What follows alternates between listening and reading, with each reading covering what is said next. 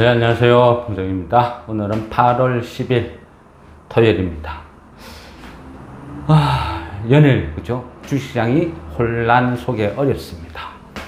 뭐, 여러 가지 이유는 있죠. 여러 가지 이유는 있지만, 그죠? 주식시장이 어렵고 힘들고, 또 주식이라는 것은 항상 과정보다는 결과가 중요한 부분이 많습니다. 왜 그러냐? 계좌에 돈이 오가니까. 그래서 항상 뭐 과정이 암만 정의롭다 해도 결과가 안 좋으면 그죠? 좀 어렵고 힘들고 비난받는 게 뭐 주식시장인 것 같습니다. 저 역시도 뭐 어떤 주식에 대한 생각, 의견을 많이 피력을 하고 방향을 제시하고 또 추천 종목을 많이 말씀을 드렸죠.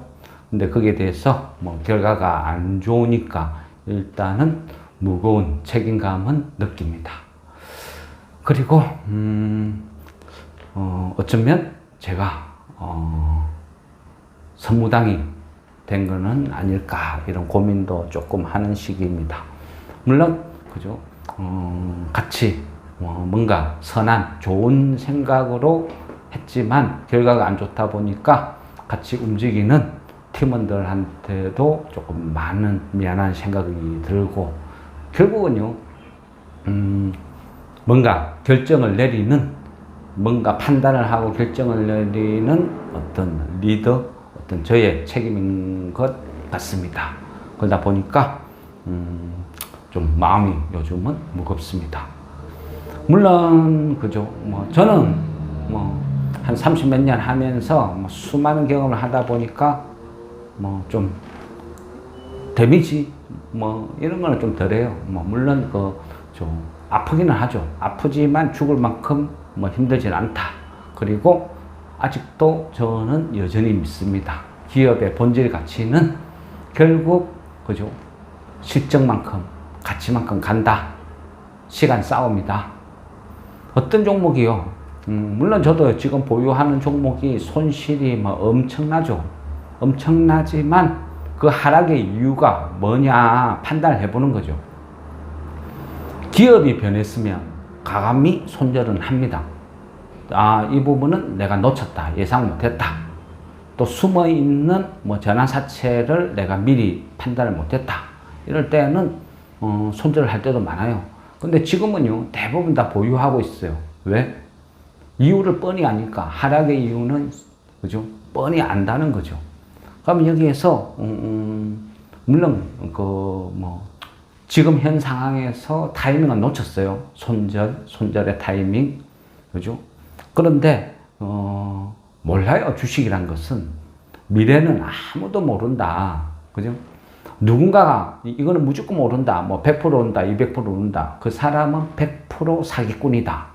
장담을 해요. 왜? 그건 알 수가 없으니까. 그거는 인간의 영역이 아니라는 거죠. 이번 사태만 해도요, 주식이 폭락을 했을 때, 그죠? 많은 전문가들은 뭐라고 했습니까? 그죠? 처음에는 미국의 경기 침체. 근데 그 경기 침체라고 근거를 제시하는 경기 지표가 신뢰성이 없다 그랬죠. 이거 뭔가 의심스럽다. 경기 침체는 아닌 것 같아.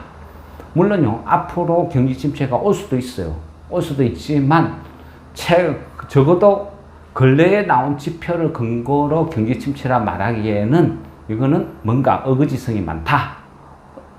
그냥 짜맞추기 한 것 같다. 그런 말씀 드렸죠. 그러니까 이후에 또 엔캐리 청산 때문이다. 또 지금은 그렇게 몰고 가죠. 불과 하루 만에 모든 게 다 바뀌었어요. 그 많은 전문가들이 그죠? 경기 침체를 했다가 또 하루 만에 엔캐리 청산을 했다가 갈팡질팡. 이 말은 뭐냐? 결국은요, 아무도 모른다는 거죠. 아무도 모르는 미래 영역을 다 전문가인 양 떠드는 거예요. 물론 저도 그 사람 중에 한 사람이라고, 그죠? 뭐 예외일 수는 없습니다. 그 근거를 어디다 두고 뭘 하느냐? 그런데요, 여기서 입장 차이라는 게 있어요. 이 유튜버 아니면 정권, 방송, 주식 관련 대부분의 사람들은 직업이에요, 직업. 직업이란 건 뭐죠? 먹고 사는 거죠. 먹고 살기 위해서는 뭐가 있어야 돼요? 수익. 수익은 뭐죠? 개인들이 끝없이 사고 팔고 해야 돈을 버는 구조, 그렇다는 거죠. 그러니까 그 사람들은 끝없는 위험성, 과대포장, 구라를 할 수밖에 없는 처지, 그런 것을 감안하고 뭔가를 보셔야 된다는 겁니다. 지금 현재 저번 주 한 주를 복귀해 보면요, 많은 전문가들이 처음에는 경기 침체를 했다, 지금은 그저 엔캐리 청산을 했다, 갈팡질팡하지만 저는 그거 아니라고 생각해요. 주된 원인은 개인들의 신용 반대 매매예요. 그게 주범이에요. 그런데 그거는 아무도 거론 안 해요. 왜 거론 안 할까요? 이 신용의 무서움을 알려버리면 개인들이 이제는 신용을 안 쓰죠. 안 쓰면 가장 먼저 타격을 보는 게 정권가예요. 얘네들이 그죠, 먹고 사는 치명타가 되는 거예요. 신용의 이자라는 거는 거의 사채 수준이에요. 사채 수준. 그러면 얘네들은 개인들한테 신용을 쓰라고 권유를 해서 비싼 이자를 받아 먹고, 또 그죠, 내가 1,000만 원이 있으면 2,500만 원치 사고 팔고 해야 수익이 많이 발생하죠. 그런 식으로 이자도 받고 거래 수수료도 곱하기 2.5, 스탁론 같은 건 곱하기 10배까지 높이는 거예요. 그러면서 계속 부추기는 거예요. 신용을 쓴다는 건요, 이거는 시한부 인생을 사는 거예요. 내일이 없어요. 정말 한심한 일이에요. 주식을 한 사람은요, 절대 신용 쓰면 안 돼요. 신용, 미수, 자살행위. 한 발 더 나가면요, 전업투자. 이거 저는 주변 사람들한테는 다 이거는 아니라고 해요. 개인들이 주식으로 이길 수 있는 방법은요, 저는 그렇게 생각해요.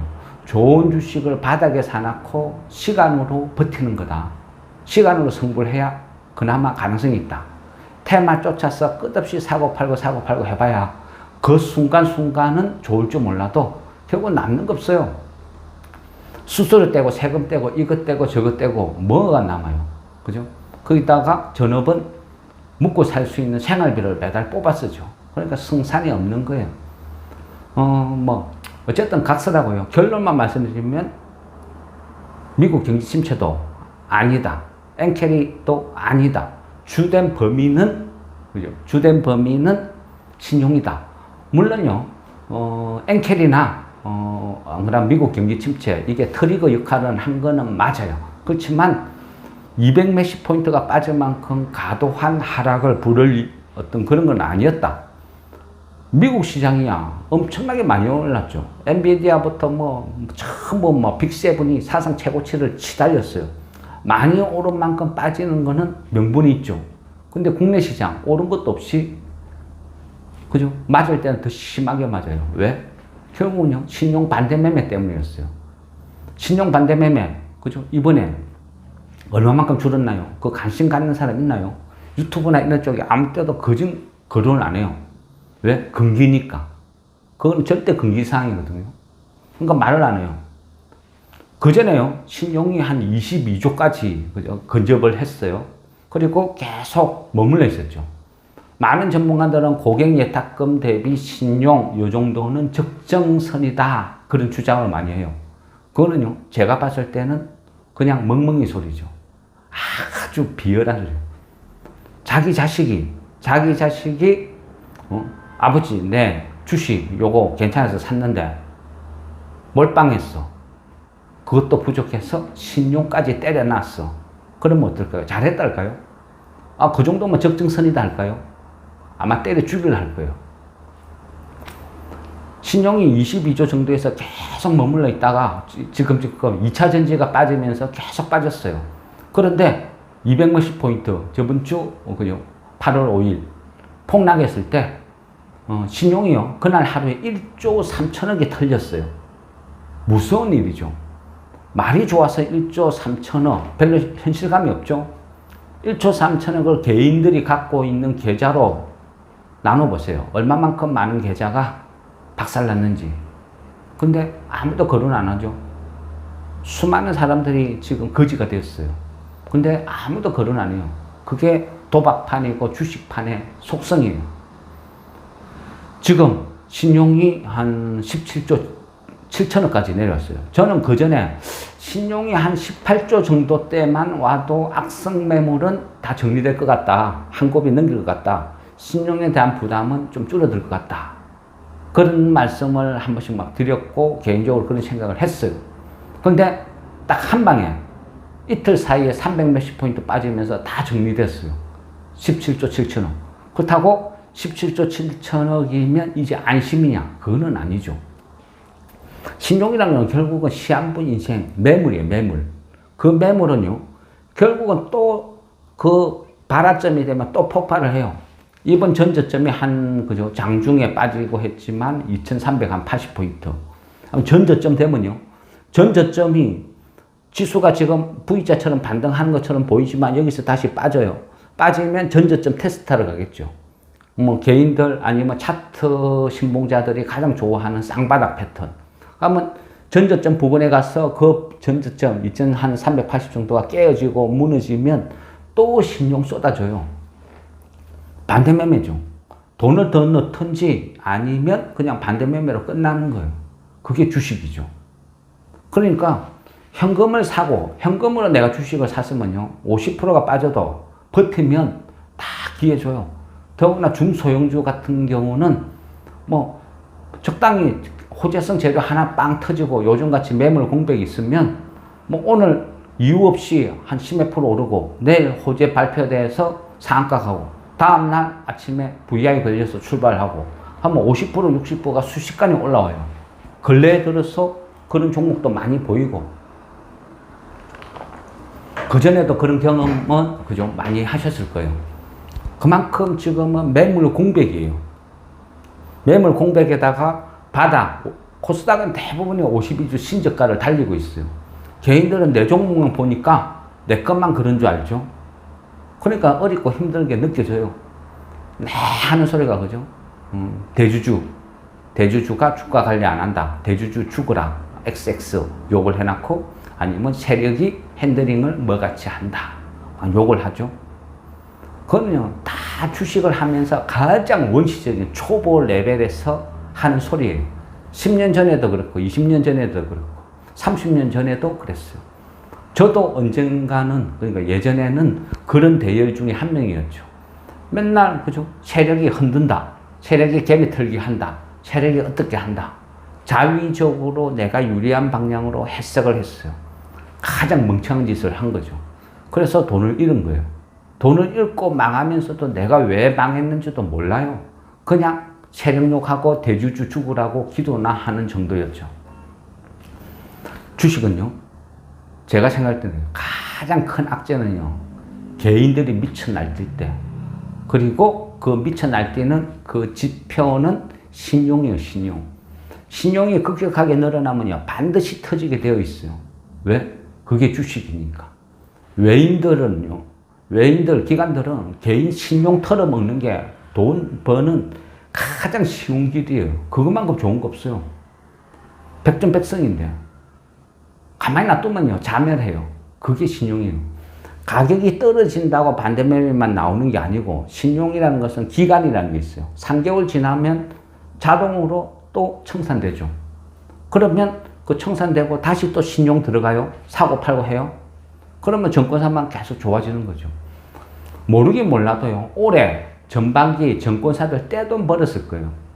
왜? 공모주 때문에. 공모주 웬만한 거 한번 탁 등록되면 그냥 거래대금이 뭐 1조, 2조 삼성전자를 능가하는데, 전반기만 해도 몇 개가 등록되는데요. 그 많은 수수료들 다 챙겨 먹는 거예요. 우리는 지금 막 주식이 폭락하고 죽는다 난리죠. 증권사는 아마 사상 최대 이익 나오지 않을까? 저는 그래 생각합니다. 일단은요, 뭐 정리를 한번 해볼게요. 물론 이것도요, 저 개인적인 분석이에요. 개인적인 분석이고 정답이란 건 없어요. 주식이란 거는 미래를 모른다 그랬죠. 저는 그래요. 어떤 일이 벌어지면 바둑을 두듯이, 장기를 두듯이, 세상이 한 수를 뜨면 나도 한 수를 뜨고, 또 세상이 한 수를 뜨면 나도 한 수를 뜨고, 그러면서 매일매일 내가 대응을 하는 영역이 주식이라 생각해요. 주식을 움직이는 주된 요소는 수급이지만, 그 이면에 그 수급을 좌우하는 것은 결국은 세상이거든요. 그러면 그 세상에서 일어나는 일을 내가 보고 판단을 하고 대응 방법을 찾아내는 과정이 주식을 투자하는 사람들의 어떤 기본 자세다. 저는 그렇게 생각하거든요. 일단은, 그죠? 일단은 그 가장, 중요한 엔캐리에 대해서 뭐 일단은 뭐 간단하게 말씀을 드리면요. 엔캐리란 건 말 그대로죠. 일본은 오랫동안 제로 금리를 유지해 왔어요. 그러면 그 제로 금리에 그 돈을 뭐 명목상 뭐 한 0.1%는 이자는 있겠죠. 그렇지만 이 저리의 엔화를 빌려서 다른 데다가 투자를 하는 거예요. 높은 세율, 이자를 주는데 이득이 있을 만한데. 단적으로 가장 그저 이론적으로 쉽게 생각하면 일본의 제로금리 돈을 빌려서 미국 국채 4% 5%짜리에 내가 투자를 해놨다. 해보세요. 제일 쉽게 돈을 벌죠. 미국이 망할까요? 망할 확률 제로에 가깝겠죠. 그러니까 일본에서 제로금리 엔화를 빌려서 미국 국채를 사나 그래도 가만히 앉아서 아무것도 없이 안전하게 돈을 번다. 이게 엔캐리 트레이드의 기본 개념이거든요. 그러면 생각을 이제 이 상황에서 한번 생각을 해보는 거예요. 이론적으로는요. 엔캐리 트레이드라고 하는 이 기준점은 그러니까 일본에서 돈을 빌려서 다른 나라로 송금을 하는 거예요. 그러니까 국경 간 대출을 의미하는 거예요. 일본에서 국경을 넘어서 제3국으로 돈이 이전해서 가는 이 금액을 말하는 거예요. 그러면 여러 가지 뭐 분석을 하지만 사실은요. 일본 본국에서도 이 규모가 어느 정도인지 예상을 못해요. 단지 두리뭉실하게 그다랗게 추정만 할 뿐이에요. 전체적으로 보면 올 한 3월 달까지 기준으로 봤을 때 ING 은행 같은 경우가 조금 더 분석 자료가 신빙성이 있어 보이더라고요. 여러 가지 자료를 쭉 보니까. 근데 ING 은행 같은 경우는 올 3월까지 한 157조 N이에요. N. 원화가 아니고 일본하고 우리하고 환율은 한 100배, 달러하고는 한 1000배 이래 되겠죠. 그러면 157조 N 정도의 규모가 될 것이다. 이래 예상을 하고 있어요.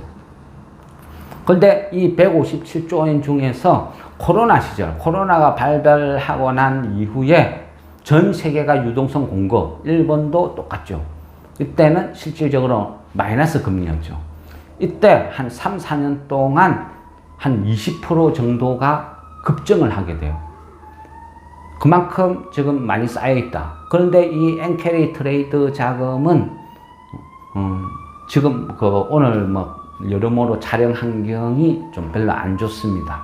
뭐 여기저기 막 옮겨 다니고 이래 하다가 뭐 했는데 날도 덥고 하니까 뭐 스터디 카페 자리도 좀 잡기 힘들고 여러 군데를 막 옮겨 다니다가 약간 좀 부실한 어떤 에어컨도 지금 안 나오고 조금 뭐 굉장히 열악한 이런 쪽을 잡아서 억지를 하다 보니까 밖에 막 소음도 시끄럽고 이해는 부탁드리겠습니다. 그렇다고 지금 상황이니까 또 안 할 수도 없고 여러모로 어렵고 힘들고 같은 일하는 팀원들한테 많이 미안한 어떤 그런 시기죠. 어쨌든요. 엔캐리 트레이드 자금이라는 것은 157조 엔이 빠져나갔다 했어. 그게 전부 주식시장으로 갔느냐? 그건 아무도 몰라요. 일부죠, 일부. 이 자금들이 미국 국채로도 가고 특정한 국가의 화폐로도 가고 또 아니면 부동산 뭐 여러모로 막 다 전 세계에 흩어져 있어요. 주식시장이 얼마만큼 들어와 있는지 이거는 알 수가 없다. 그죠? 정확하게는 몰라요. 어쨌거나 상당한 영향력은 미치기는 미치겠죠. 그러면 이 엔캐리 트레이드라는 것은 이론적으로 보면 제로 금리에 돈을 빌려서 미국 국채만 사도 4% 5% 이득을 얻는데 그러면 무위험, 그죠? 고수익, 뭐 적당한 수익. 근데 그러면 누가 안 해요? 다 하죠. 당연히 다 하겠죠. 그럼에도 불구하고, 그죠? 이게 왜 확산이 안 돼요? 적정한 선에서 머물러요. 글로벌 한머니들만 이용을 할까요? 거기에는 변수가 있어요. 뭐냐? 환율이죠, 환율. 환율. 그러면 일본에서 빌려온, 그죠? 그 제로 금리에 돈을 빌려서 미국 국채를 샀다. 이 변동폭, 뭐 하면 맥스에 어제고, 뭐 국채를 샀다 치면 한 5%다 칩시다. 그러면 이 환율이 5% 이상 변동이 발생됐을 때는 반대로 손실이 발생될 수가 있는 거죠.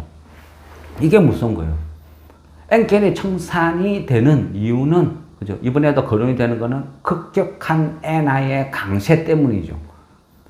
엔화는 항상 제로 금리고 안 움직일 거라 생각하고 최근에는 엔저가 지속됐는데 갑자기 강세로 돌아섰다. 그러니까 전 세계가 몸살 앓는 거예요. 들썩하는 거예요. 엔캐리 트레이드 자금이 한용한 이쪽에서는 깜짝 놀라겠죠. 결국은요, 지금 한 140원대 이래 되면 어떻게 되게요? 그동안 진짜 막말로 멍멍이 고생해가지고 번 거 한 방에 다 날리는 이런 일이 벌어지는 거예요. 이제는 손실을 걱정해야 된다. 이런 일도 벌어져요. 그러다 보니까 전 세계가 막 주시장이 영향을 미치고 폭락의 트리거가 된 거는 맞다. 그러면, 그죠? 막연히 우리가, 엔캐리 트레이드 자금 때문이야. 그러면요, 답이 없어요. 진실을 봐야 돼요. 왜 이런 일이 벌어졌는지, 그걸 봐야 돼요. 요즘 같은 시기에서, 그죠? 보기 싫어해요. 또 이런 이야기요. 다른 데서 다른 사람들과 한번 토론 삼아서 이런 이야기를 막 하면 황당해요. 말도 안 되는 소리. 그걸 왜 듣고 있어야 되는데. 그죠? 그걸 왜 봐야 되는데. 막 그래요. 그죠? 저는 중요하다 생각하는 사람 중에 한 사람이거든요. 항상 주식이란 거는 저는 그렇게 생각해요. 세상을 보고, 우리나라를 보고, 회사를 보고, 단계 본다. 산이 불타는데, 숲이 불타는데, 내 나무는 안전할 거라고 믿는 게 어리석다는 거죠. 산이 불타는지, 아니면 빨갛게 단풍이 들어있는지, 그죠? 눈이 녹고 이제는 파릇파릇 새싹이 돋아나는지 큰 흐름을 보고 내가 들어가야 죽을 자리인지 살 자리인지 판단을 할 수 있다. 이런 주의라는 거예요. 제가 보는 이 엔캐리 트레이드의 이번의 사태 관점은 첫째는요, 일본 내부의 정치라고 생각해요. 정치. 지금 현재 총리, 그죠? 기시다 후미오 총리가 일본의 자민당 소속이에요. 자민당에서 우리나라 그 민주당 지금 당대표 새로 막 투표하고 있죠. 권리당원 위주로. 똑같은 거예요. 9월 달에 자민당 총재 선거가 있어요. 그러면 기시다 총리 입장에서는 연임하고 싶겠죠. 그런데 지지율이 되게 낮아요. 낮은 이유가 뭐냐? 슈퍼 엔저. 엔화 가치가 계속 떨어지니까 전 세계 우리나라 사람들도 일본에 엄청나게 놀러 가죠. 왜? 엔화가 너무 싸니까, 상대적으로 원화 가치가 올라가니까. 돈이 예전에 100만 들고 가야 되는데 지금은 50만 들고 가도 괜찮다고 그러죠. 그러니까 가는 거예요. 가면 일본 사람들 입장에서는 어때요? 죽을 맛이죠. 엔화 가치가 계속 떨어지니까. 가면 일본에서 일하는 노동자들, 근로자들 입장은 어떨까요? 일본에서 똑같이 월급을 받는데 본국에 송금할 때는 돈이 계속 줄어드는 거예요. 매달 월급이 깎이는 거하고 똑같은 거예요. 그러니까 많은 3D 업종에서 일하는 많은 외국인 노동자들이 일본을 떠나고 있어요. 가만히 앉아서 월급이 깎이고 있으니까. 그리고 많은 대기업 이런 쪽에서도 머리가 아파요. 올해 그죠? 일본 대기업 전체적으로 보면 한 5% 정도 임금 상승을 해줘요. 엄청나게 올려준 거예요. 그런데 왜? 엔저 때문이거든요. 그만큼 지지율이 낮아요. 엔저 때문에. 그러다 보니까 기시다 총리 입장에서는 당장 눈앞에 놓여있는 게 자민당 총재 선거예요. 9월 달에. 그러니까 일시적이나마, 그죠? 엔화가 강세로 돌아서야 지지율이라도 올라갈 거 아니냐. 이런 생각을 해볼 수도 있는 거예요. 그래서 유추를 해보면 이거는 단지 저의 생각이에요. 아마 압력을 넣은 것 같아. 이런 생각. 그러다 보니까 그 7월 30일 날 그 일본 은행 그 통화 정책이라는 게 있었어요. 근데 그 이후에 갑자기 그 우에다 가지오 일본 총재가 추가 금리, 그죠? 인상을 시사를 해요. 그러면서 엔화가 제로 금리에서 금리를 한번 올린 것도 깜짝 놀랄 일인데 여기다가 추가 금리까지 인상 거론하고 하니까 전 세계가 난리가 난 거예요. 엔캐리 트레이드에 대한 공포가 확 확산되는 거죠. 금리를 또 올린다고? 올리면 어떻게 돼? 이거 엔캐리 트레이드 금액이 얼마인지 추정도 안 되는데 공포를 불러오는 거죠. 그것이 도화선이 된 거예요. 그러다 보니까 난리가 난 거예요. 엔화는 물론 강세로 전환했죠. 초강세로 막 돌변한 거예요. 그래 되면, 그죠? 기시다 총리는 원하는 바를 얻고 있어요. 그리고 우에다 가지오 일본은행 총리는 거기에 대해서 협조를 해준 거죠. 따지고 보면, 정치적으로 보면 기시다, 그 다음에 우에다 가지오 일본은행 총리 한 배를 탔다. 이래 보고. 그러면 엔화가 강세로 돌변을 하면 또 어떤 일이 벌어져요? 전 세계가 폭락을 했어요. 그러면 트럼프 입장에서는 호재죠. 혼란스러워야 정권을 바꾸죠. 평화롭고 잘 먹고 잘 사는데 정권을 왜 바꿔요? 항상 정권이란 거는 못 먹고 못 살고 어렵고 힘들 때 못 살겠다 바꿔보자. 이런 논리로 간다는 거예요. 그러면 트럼프 입장에서는 호재. 그러면 거기에서 딱 줄을 꺼보면, 그죠? 기시다. 그 다음에 일본 은행 총재 우에다 가지오. 트럼프는 한 연대다. 이래 볼 수도 예상을 해볼 수도 있어요. 그러면 발등에 불을 떨어진 거는 뭐죠? 발등에 불이 떨어진 것은 민주당이 되겠죠. 그럼 민주당은 또, 그죠? 지금 현재로 보면 그 연준 인사, 파월, 그리고 뭐, 그죠? 각종 좀 힘이 있는 인사들이 반 트럼프 연대를 구성해서 그 카멀라 그 해리스를 막 지원을 해줘요. 그러면 파월도 지금 현재 포지션을 봤을 때는 카멀라 해리스다. 민주당의 편을 들고 있다. 이래 봤을 때는 연준에서 파월이 가만히 있지는 않았겠죠. 그래 일본에다가 압력을 넣을 수도 있어요. 추정이에요. 근데 어쨌거나 일본이 움직이기 시작했어요. 뭐라고 했어요? 시장이 불안하면 추가금리 인상은 안 하겠다 발표를 하죠. 그러니까 시장이 어느 정도 안도의 한숨은 쉬어요. 근데 여기서 이상한 게 있어요. 그죠?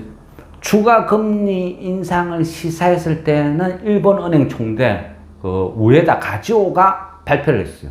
근데 시장이 불안하면 추가금리 인상을 안 하겠다 말한 사람은 다른 사람이에요. 우찌다 시니치. 우찌다 시니치는 일본 은행 부총재거든요. 부총재가 이야기를 했다는 거예요. 이건 뭐지? 이 정도 파급이 큰 사안인데, 그죠? 뭔가 이상하죠? 왜 부총재가 이야기를 해요? 여기서는 두 가지를 추정해 볼 수 있어요. 일본에서도, 그죠? 미국의 대통령 무시는 못해요. 그죠? 운명을 쥐고 있다 해도 과는 아니니까. 그러면 여기에서 투트랙으로 가는 거죠. 민주당과 공화당, 양당에다 다 적당히 배팅을 치는 거예요. 그래서, 우에다 가지오 일본의 총재는, 그죠? 트럼프한테 우호적으로 만들고, 우찌다 시니치는 민주당, 그러니까 해리스한테 우호적으로 만들어 두는 거예요. 그래서 누가 당선되든 한 사람을 책임을 묻고 경질. 이라면 어느 정도 수순이 정리된 그런 양다리 전략이 아닐까. 물론 약한 자들이 정치적으로 살아남기 위한 어떤 이런 수단이 될 수도 있다는 거예요. 그러면 이 엔캐리 트레이드, 이거는 결국 도화선은 뭐냐? 일본 엔화를 봐야 돼요. 엔화가 어떻게 움직이냐? 엔화가 강세로 전환이 되면, 그죠? 엔캐리 트레이드의 공포는 부활할 거예요. 엄청나게 강해지겠죠. 그러면 시장은 또 발작을 일으킬 거예요. 반대로 한 140엔 기준으로 엔화가 약세를 띠면 청산에 대한 공포는 쑥으로들겠죠. 그래서 지금은요, 우리가 대응을 하려면 이제는 엔화를 봐야 돼요. 엔화의 흐름을 보고 엔캐리에 대한 어떤 공포, 이런 부분을 어느 정도 예상을 하고, 배팅을 들어가야 된다. 이렇게 생각을 하는 거죠. 이 부분은요, 예상을 못해요. 결국은 미국의 대선에 따라서 일본의 포지셔닝도 왔다 갔다 할 거고. 근데 두 중에 한 명, 뭐 해리스, 트럼프 딱 찍어가지고 일방적으로 밀어붙이지는 않는다. 이것만 해도 다행이다 싶어요. 양다리를 걸치고 있다는 것은 엔화의 움직임이 한 방향으로 급격하게 움직일 위험은 없다. 적당히 여기에서 눈치 보기를 흘러갈 것이다. 그래 되면 미국의 대선이 판가름 날 때까지는 한 140엔대에서 계속 유지만 돼줘도 그 엔캐리 트레이드 청산에 관한 공포는 봉인되어 있을 것이다. 뭐 이런 생각을 저는 이제 하는 거죠. 그래서 당분간은 엔화의 움직임도 예의주시해야 된다. 강세로 전환되면 일단은 주식에 대해서는 위험 요소다. 그래서 매수를 자제하고 뭐 현금 비중을 늘린다든지 삼성전자나 이런 지수 관련주들은 뭐 일부 매도해놨고 본다든지 이런 식으로 어떤 대응을 해야 된다는 거죠. 9월 10일 날 보면 처음이죠. 민주당 후보가 교체되고 카멜라 해리스랑 트럼프랑 TV 대선 토론 이게 잡혀 있거든요. 그러면 여기에서 또 어떤 결과가 나올지 모르겠어요. 트럼프는 어차피 그죠, 어떤 달변가죠. 근데 이 해리스가 얼마만큼 트럼프와 맞짱 토론해서 견뎌낼 수 있을까? 현명하게 대처할 수 있을까? 그 부분이 지금은 약간 또 우려스러운 부분도 있습니다. 지금은 어쨌든 그런 부분도 봐야 되고. 국내 정시로 돌아오면요. 미국 경제는 지금은 그죠. 아직까지는 논할 단계가 아니에요. 실업률도 매주 발표될 때마다 왔다 갔다 할 것이고. 그러니까 미국의 경제라는 것은요, 결국은 따지고 보면 그 어떤 월가의 장난질 이게 더 강해요. 지금 현재의 모습을 보면. 그러니까 월가가 걔네들의 이익을 따라서 좋다 나쁘다 계속 장난질을 하는 거죠. 요즘은요, 웬만한 건 다 인공지능이 움직이죠. 프로그램 매매. 이 주식에서 프로그램 매매는요, 얼마나 조작이 쉬운 줄 몰라요. 그냥 월가가 원하는 대로 다 수치를 만들어내는 거예요. 조작. 수치를요, 똑같은 실업률이든 뭐든 똑같은 수치를 넣어도 얘를 호재다 좋게 해석할 수도 있고 나쁘다 악재로 해석할 수도 있고 이거는 조작인 거예요. 조작. 그걸 갖다가 진실, 뉴스, 뭐 경제 논리 이런 쪽으로 봐서는 곤란하다.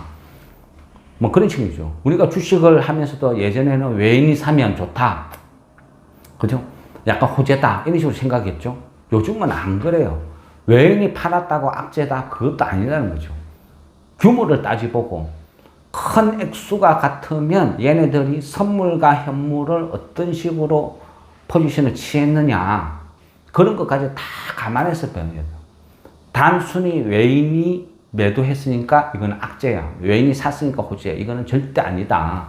요즘은 그렇다. 프로그램 매매는 얼마든지 조작이 가능하고 경제 지표라는 것도 얼마든지 조작이 가능하다. 그렇게 보셔야 되는 거예요. 국내로 돌아오면요. 지금 현재 가장 중요한 게 금투세예요. 누가 뭐래도 금투세예요. 금투세 이거 그죠? 어떻게 됐어요? 민주당에서 11월 달에 보자. 그래 이야기했죠. 일단은 유예하고 대통령까지 나서서 압박을 가해요. 모든 쪽을 하면 안 되겠죠. 민주당 빼고 압박을 가하니까 민주당에서 그죠? 꼬랑지 하나 살짝 내려가지고 그러면 11월 달에 논의하자. 그 말이죠. 11월 달에 논의하자는 말은 주식시장으로 보면 요거 악재예요. 다 죽이는 거예요. 왜? 상위 1%가 11월 달까지 기다려줄 것 같아요. 11월 달 확정도 아닌데 될 줄 안 될 줄도 모르는데 11월 달까지 기다리라고 돈 들고 가만히 있으라고? 바보 같은 소리죠. 황당한 소리죠. 이건 정신 나간 소리예요. 이거는 그냥 주식시장 붕괴시키겠다고 작정한 거랑 똑같은 거예요. 주식시장 붕괴되면 경제가 어려워지면 많은 국민들은 정부를 탓하겠죠. 그러면 야당 입장에서는 경제가 어렵고 힘들고 못 살아야 정부를, 여당을 비판한다. 이런 논리 같아요. 그 와중에 주식시장을 이용하는 거. 저는 그렇게 봐요. 그래서 지금 11월 달에 토론하자. 이거는요, 초대형 악재예요. 무서운 일이에요. 제 입장에서는 그렇게 생각을 해요. 물론요, 이런 생각을 하고 발언을 하고 말하는 사람이 거진 없어요. 행동을 안 하거든요, 주식쟁이들은. 일부만 강성분자 일부들만 떠들어요. 근데 강성분자 일부만 금투세에 대한 폐단을 열심히 떠드는 사람보다 반대인 사람, 민주당이 금투세, 그죠? 금투세 강행한다니까 거기 동조하는 강성 정치 지지자들이 훨씬 많아요. 심지어는 주식하는 사람임에도 불구하고 금투세에 대해서 찬성하는 사람도 많아요. 제가 금투세에 대해서 이해를 못하는 건지, 그 사람들이 이해를 못하는 건지, 그거는 모르겠어요. 정치에 미쳤는지, 그거는 모르겠어요. 어쨌든 그렇게 돌아가요. 그러다 보니까 민주당에서 여유만만해요. 그리고 주식을 안 하는 많은 사람들은, 그죠? 주식한 사람들을 비난해요. 주식하면 부자. 부자들 돈 벌면 당연히 세금 내야지. 이런 논리죠. 민주당이 그런 프레임을 계속 씌워요. 주식은 금수저. 그러니까 여론전에서도 뒤지고 있어요. 금투세 강행한다 해도 전체적인 투표 유권자 수로 따지고 보면 유리하다는 거죠. 차라리 흑백 논리로 몰고 가서 자본주의 있는 사람, 금수저 이런 프레임을 씌워서 흑백 논리로 끌고 가는 게 훨씬 유리할 수도 있다. 정치판에서는 이렇게 해석할 수도 있는 거예요. 지금 흐름은 그렇다는 거죠. 만약 금투세 이거요, 10월 달까지 지지지 끌고 간다 하면 주식시장은요, 가면 가서 점점 어렵고 점점 힘들어져요. 신용 반대매매 1달러 정리됐다고 하지만은 주식이 엄청나게 싸지만은, 그죠? 싸지만 누가 주식 사요? 금투세가 눈앞에 대기하고 있는데 매수세가 없으면요, 결국은 계속 빠질 수밖에 없어요. 그게 지금 현실이에요. 그러면 10월 달에 논의하자 하면 이론적으로는요, 10월 달에 주식 안 해야죠. 안 하는 게 확률적으로 훨씬 높아요.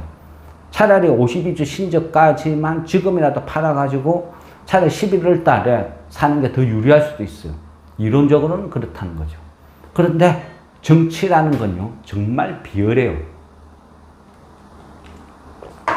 수시로 변하거든요. 그네들 이익에 따라서 변해버려요. 그러면 일단은 키는 민주당에서 지고 있어요. 이것도 저 생각이에요. 항상 이런 이야기를 하면요, 정치에 미친 사람들은 엄청난 비난을 해요. 이렇쿵저렇쿵. 뭐 그런 비난이야 안중에도 안 두지만 어쨌든 이거는 저의 개인적인 생각이다. 그럼 지금 현재 어떻게 해요? 권리당원 선거에서 이재명 대표가 압도적으로 앞서 나가고 있어요. 91% 정도. 금투세를 강력하게 주장하는 대표주자 김두관 한 7%, 8%, 이 정도 나오죠. 이 게임은 끝났다 봐요. 그러면 이론적으로 제가 생각했을 때는 한 8월 17일, 18일 이 정도 되면 이재명 대표 압승으로 당선되고 그러면서 자연스럽게 금투세에 힘이 실리지 않을까. 이게 제 생각이었어요. 근데 민주당원들이, 그죠? 내부의 인사들이 강력하게 반발, 민주당의 근원을 해치는 무책임한 논리다. 강하게 밀어붙여요. 그러다 보니까 반 이재명 인사들의 입김도 무시 못하니까 이재명도 굳이 내가 금투세 때문에 내가 지금 위협받을 그런 목숨 바쳐서 싸워줄 명분이 있나 싶으니까 한 발짝 살짝 꼬랑지 내리고 있는 형국.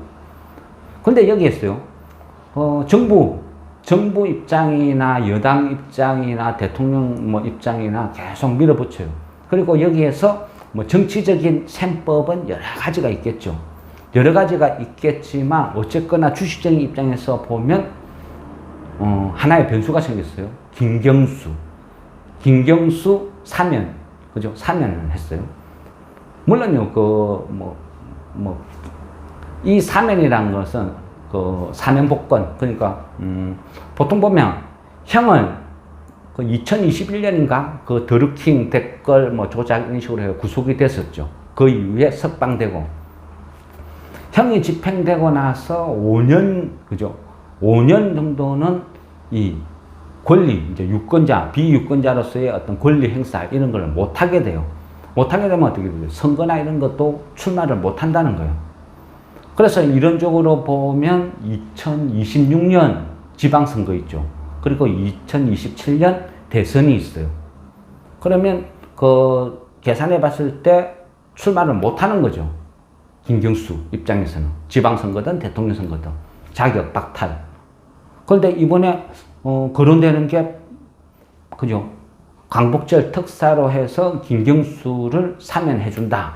이런 이야기가 있어요. 이 부분이요. 단지 정치인 한 사람의 사면이 아니고 이래 되면 셈법이 굉장히 복잡해져요.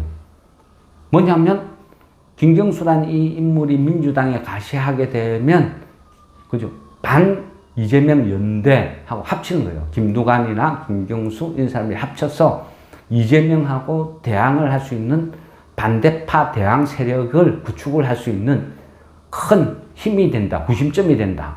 이래 볼 수도 있거든요. 그래 되면 지금 급한 거는 뭐죠? 급한 거는 이재명이에요. 이재명 입장에서는 급하게 생겼어요. 다 된 밥에 재 뿌리는 격. 그러면 그죠? 뭔가가 지금 막 조급한 어떤 그런 식으로 갔어요. 물론요. 정부 아니면 법원 이거는 뭐 제 추측이에요.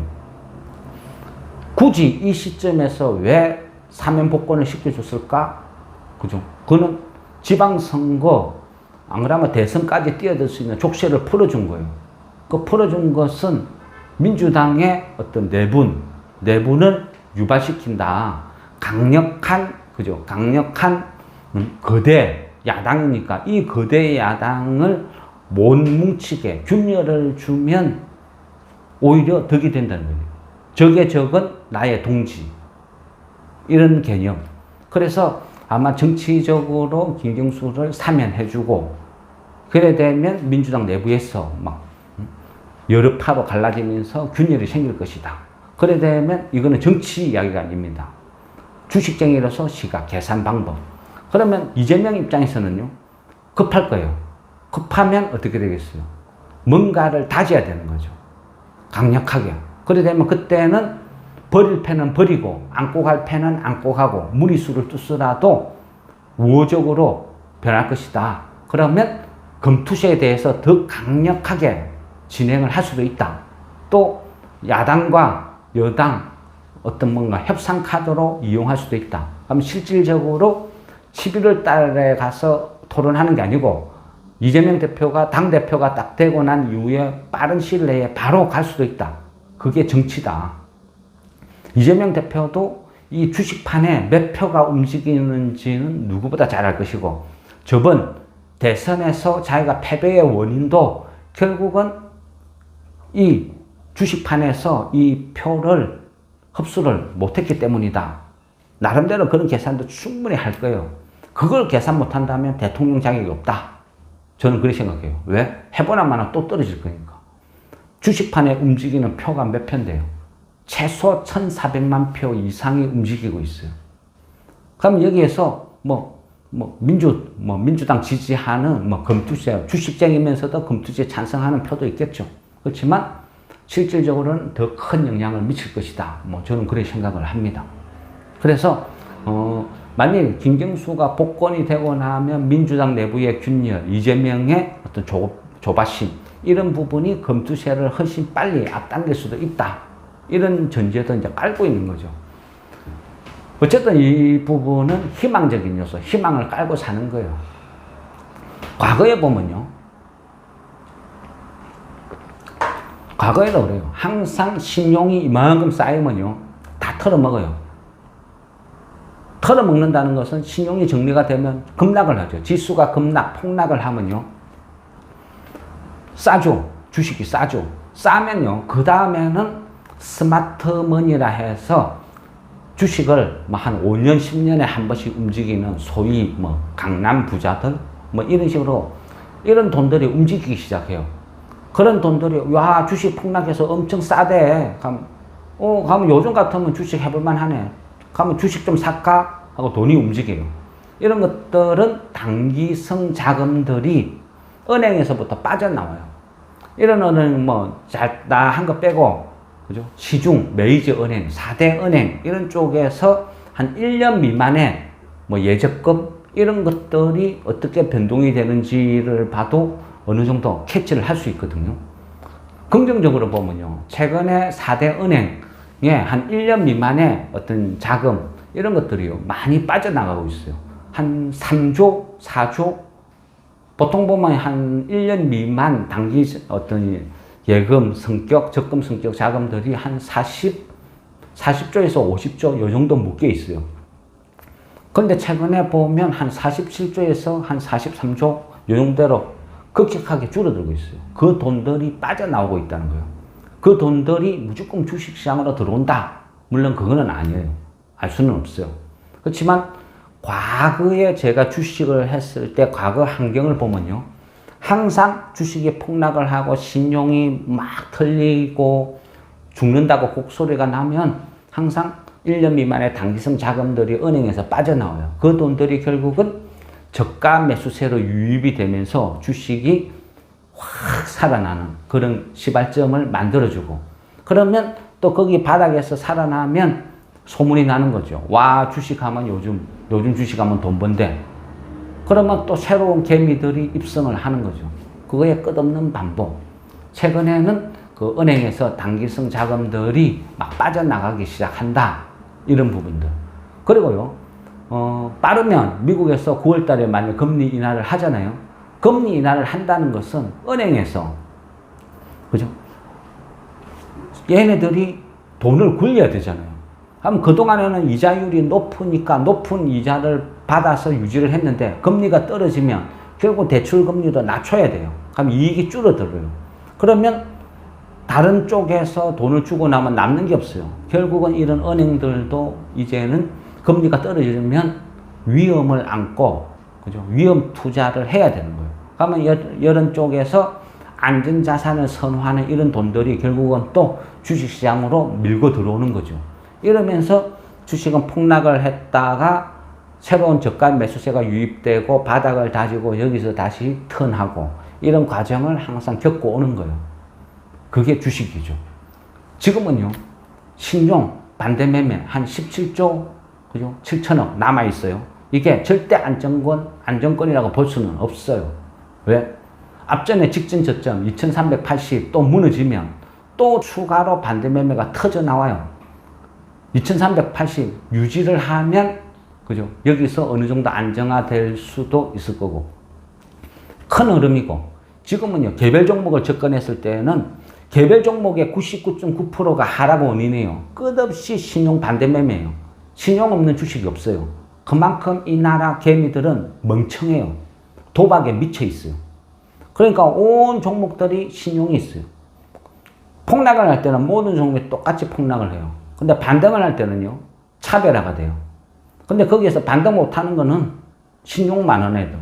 세력 입장에서 신용 반대매매를 계속 뚫어막고 있고 아직도 신용이 100만 조 있는데 그거를 왜 받아줘요? 신용 없는 종목으로 이동해서 먼저 해먹고 나중에 오면 되는데. 그러니까 여기서 반등이 나올 때는요, 신용이 아직도 많은 종목, 과도한 종목은요, 반등이 안 나와요. 없는 종목이 매물 공백에서 가볍고 탕탕 튀는 거죠. 그래서 지금은요, 내가 남아있는 돈이 있다면 내가 뭔가를 추매를 할 때는 내가 물린 종목을 추매를 하는 게 아니고 선택을 해야 돼요. 선택과 집중을 해야 돼요. 가능하면요, 실적도 어느 정도 받쳐주면서 신용이 털린 종목, 신용 없는 종목, 신용이 웬만큼 다 털린 종목을 선택을 해야 10% 20% 빨리빨리 시세가 나와요. 신용이 52주 신저가인데도 아직도 신용이 과도해가 계속 매일같이 털리는 종목들은 있어요. 물론 저도 그런 종목을 들고 있어요. 원인을 알죠. 신용 반대매매 때문에 털리고 있다는 걸 알고 있어요. 알고 있는데 추매를 할 수가 없죠. 그러니까 이런 종목은요, 방치를 해야 돼요. 어쩔 수 없어요. 손절하기에는 손실이 너무 크고 추매하기에는 신용 반대매매가 계속 쏟아져 나오는데 거기서 추매한다? 이거는요, 자살행위죠. 그래서 지금은 똑똑한 종목, 내가 잘 아는 종목, 승률, 확률 모든 걸 계산해봐서 한두 종목 압축을 해서 그 종목에다가 배팅을 치는 게 나아요. 지금 8월 그죠? 5일 이전에 2분기 또 반기 실적 쫙 나오겠죠. 그걸 실적을 보고 확인하는 것도 한 가지 방법이고, 어쨌든 지금은 내가 물린 종목 전체를 추매 이거보다는요, 똑똑한 애 한두 종목을 선택을 해서 집중적으로 승부를 하는 게 훨씬 확률이 높다. 그 기준은 신용 장고 추이를 보고 신용 반대매매 추이를 계속 지켜봐야 된다. 그게 저의 생각입니다. 예, 이상 마무리하겠습니다.